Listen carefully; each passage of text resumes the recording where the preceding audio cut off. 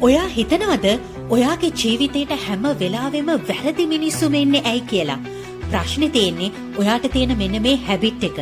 මේ හැබිට් එක නිසා ටොක්සික් මිනිස්සු ඔයාව ඇට්‍රැක්ට් කරනවා. ඒ තමයි ඔයා හැමෝවම සතුටු කරන්න try කරන එක. ඔයාගේ ෆීලිංග්ස් අමතක කරලා අනිත් අය කැමති විදියට වැඩ කරන එක. නෑ කියන්න ඕනේ තැනත් හා කියලා කියන එක. ඔයාට රිදෙන දේවල් ඉවසගෙන රිලේෂන්ෂිප් එකක් බේරගන්න try කරන එක. ටොක්සික් මිනිස්සු මේ වගේ දේවල් හොඳට අඳුන ගන්නවා. මොකද එයාලා දන්නවා ඔයා බවුන්ඩරිස් දාන්න බයයි. ඔයා හැමතිස්සෙම වැරදි කියලා හිතනවා. ඔයා අනිත් අයව නැති කරගන්න බයයි. මෙන්න මේ නිසා එයාලා ටිකින් ටික ඔයාගේ කරුණාවන්තකම එක්ස්ප්ලොයිට් කරන්න පටන් ගන්නවා. මතක තියාගන්න කරුණාවන්ත හදවතක් තියනවා කියන්නේ හරිම ලස්සන දෙයක්. හැබැයි හැමෝටම ඕන විදියට ඔයාව යූස් කරන්න දෙන්න එපා. ජීවත් වෙන විදිය පොඩ්ඩක් වෙනස් කරගන්න.